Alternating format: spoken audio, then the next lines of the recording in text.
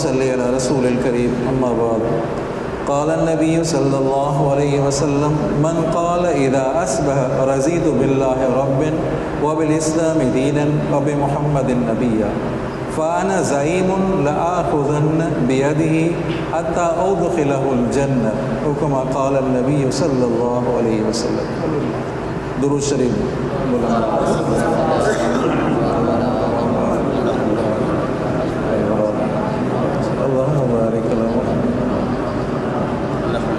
میں نے گزشتہ درس میں اسماء حسنہ اسماء الہیہ کے پڑھنے کے فوائد کچھ ذکر کیے تھے، وہ سلسلہ چل رہا ہے۔ حلیم اللہ کی صفت ہے، آج اس کو سمجھیں۔ جو یہ پڑھتا ہے یا حلیم یا حلیم تو آنے والا عذاب ٹل جاتا ہے۔ حلیم کی معنی بردبار، حلیم کی معنی بردبار۔ حضرت ابراہیم علیہ نبینا علیہ السلام نے بیٹے کے لیے دعا مانگی، یاد ہے؟ رب حب لی من الصالحین، یا اللہ صالح بیٹا دے دے۔ اللہ تبارک و تعالیٰ نے فرمایا فبشرناہ بغلام حلیم، آپ کو ہم حلیم بیٹا دیں گے، مانا بردبار بیٹا دیں گے۔ تکالیفیں آئیں گی، پریشانیاں آئیں گی، مصیبتیں آئیں گی، ان مصیبتوں تکلیفوں پر جو صبر کرے گا وہ ہے حلیم۔ آپ کو حلیم بیٹا دیں گے۔ تو حلیم کی معنی بردبار، سمجھا نہیں؟ اللہ تبارک و تعالیٰ ایک قوم پر عذاب ڈال رہا تھا، عذاب آ رہا تھا ایک گاؤں پر، تو وہ ماں اپنے بچے کو کہہ رہی تھی بیٹا سو جاؤ اللہ حلیم ہے۔ سبحان اللہ، بیٹا سو جاؤ اللہ حلیم ہے۔ عذاب وہاں سے آ رہا ہے، اوپر سے عذاب آ رہا ہے، اللہ تبارک و تعالیٰ نے عذاب ٹال دیا۔ حلیم۔ حضرت تھانوی رحمۃ اللہ علیہ کے پاس کسی نے خط بھیجا کہ حضرت مجھے غصہ بہت آتا ہے، بات بات پر غصہ آتا ہے، کیا کروں؟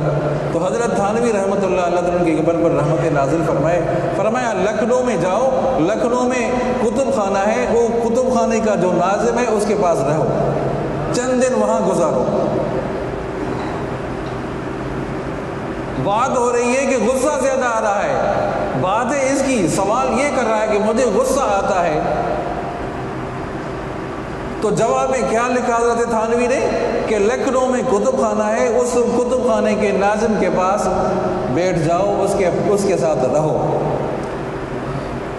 اللہ کی قدرت اس کے پاس رہنا شروع کر دیا، اس بیٹھک ان کے پاس کر دی۔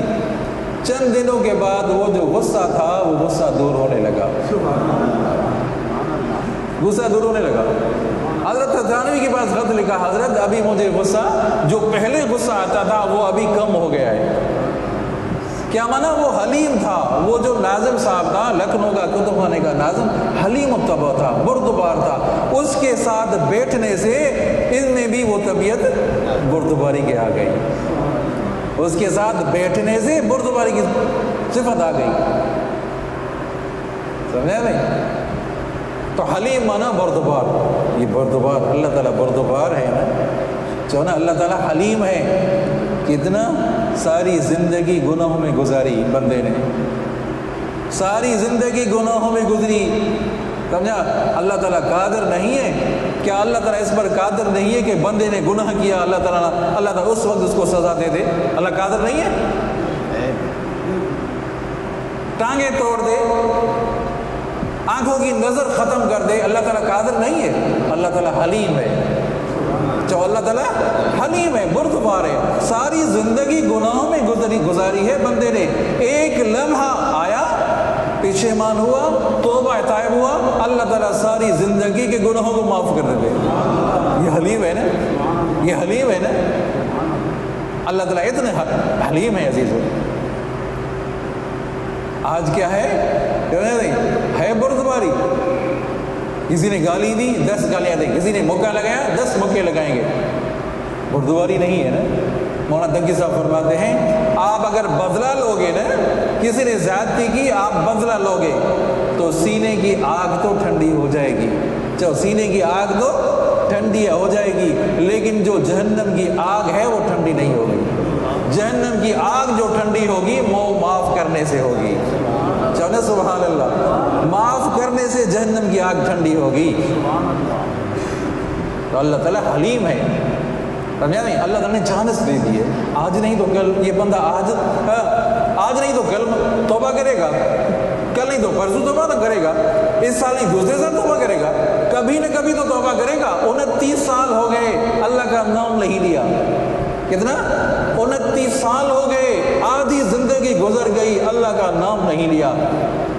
اللہ نے فرمایا اے فرشتوں جاؤ اس کی ایک نس کو ناکارہ کر دو۔ ایک جب نس ناکارہ ہو گئی تو کہنے لگا یا رب یا رب یا رب، کیا مانا یا ربی، یا رب مانا یا ربی۔ اللہ نے جواب دیا لبیک عبدی، جی میرے بندے میں تو حاضر ہوں، میں تو حاضر ہوں۔ اللہ تعالیٰ اتنے مہربان ہیں عزیزو، سمجھے نہیں؟ کیا کہا ہے کسی نے، نشہ پلا کے گرانا تو سب کو آتا ہے، نشہ پلا کے گرانا تو سب کو آتا ہے، مزہ تو تب ہے کہ گرے ہوئے کو تھام لے، مزہ تو تب ہے کہ گرے ہوئے کو تھام لے۔ گنہگار ہے، لوگوں کی نظروں میں گندا ہے، سمجھا، پشیمان ہوا، دل سے، زبان سے بھی نہیں کہو، زبان سے کہنے کی ضرورت بھی نہیں ہے، دل سے ندامت کی، پشیمان ہوا، اللہ تعالیٰ گناہ معاف فرما دیتے، ساری زندگی گناہ معاف فرما دیتے۔ اللہ تعالیٰ ہم سب کو توبہ طائب ہونے کی توفیق عطا فرمائے۔ جو حدیث پڑھی آپ صلی اللہ علیہ وسلم نے فرمایا جو بندہ یہ کہتا ہے رضیت باللہ ربا وبالاسلام دینا وبمحمد نبیا، سارے ساتھی پڑھو تاکہ سب کو یاد ہو جائے، سارے ساتھی میرے ساتھ پڑھیں، رضیت باللہ ربا، سارے ساتھی پڑھیں، رضیت باللہ ربا وبالاسلام دینا وبمحمد نبیا۔ آپ صلی اللہ علیہ وسلم نے فرمایا جو صبح کو 3 دفعہ پڑھتا ہے، جو بندہ صبح کو 3 دفعہ پڑھتا ہے، میں ہاتھ سے پکڑ کر اس کو جنت میں داخل کروں گا۔ اللہ اکبر، تو یاد کرو گے نہیں کرو گے؟ کہو دوبارہ کہو، رضیت باللہ ربا، پڑھو رضیت باللہ ربا وبالاسلام دینا وبمحمد نبیا۔ جو 3 دفعہ صبح پڑھتا ہے، اللہ آپ صلی اللہ علیہ وسلم نے فرمایا، حدیث مبارک کا ترجمہ ہے، سمجھا نہیں، میں ہاتھ سے پکڑ کر اس کو جنت میں داخل کروں، سمجھا نہیں؟ اور دوسری حدیث مبارکہ آپ صلی اللہ علیہ وسلم نے فرمایا جنت کے خزانوں میں سے ایک خزانہ یہ ہے، لا حول ولا قوت الا باللہ العلی العظیم، یہ جنت کے خزانوں میں سے خزانہ ہے، لا حول، پڑھو لا حول ولا قوت الا باللہ العلی العظیم۔ اس کو ورد بنائیں عزیزو، اس کو ہم عادت بنائیں، تقیہ کلام کر دیں۔ ایک دوسری بات، آپ صلی اللہ علیہ وسلم کی حدیث مبارکہ، اگر اچھا منظر دیکھیں، کوئی اچھی بات دیکھ لیں، یاد کریں عزیزو، کوئی اچھا منظر آپ کے سامنے آیا، کوئی اچھی بات آپ کے سامنے آ گئی تو کیا کہنا ہے؟ الحمدللہ الذی بنعمتہ تتم الصالحات، پڑھو الحمدللہ الذی بنعمتہ تتم الصالحات۔ اگر برا منظر دیکھتے ہیں، بری بات آپ کے سامنے آ گئی، برا منظر آپ کے سامنے آیا تو کہو الحمدللہ علی کل حال، الحمدللہ علی کل حال۔ اگر بری بات ہے، برا منظر ہے تو الحمدللہ علی کل حال۔ اگر اچھی بات دیکھیں، اچھا منظر دیکھیں تو یہ کہیں الحمدللہ الذی بنعمتہ تتم الصالحات۔ تو دعا کرتے ہیں اللہ تعالیٰ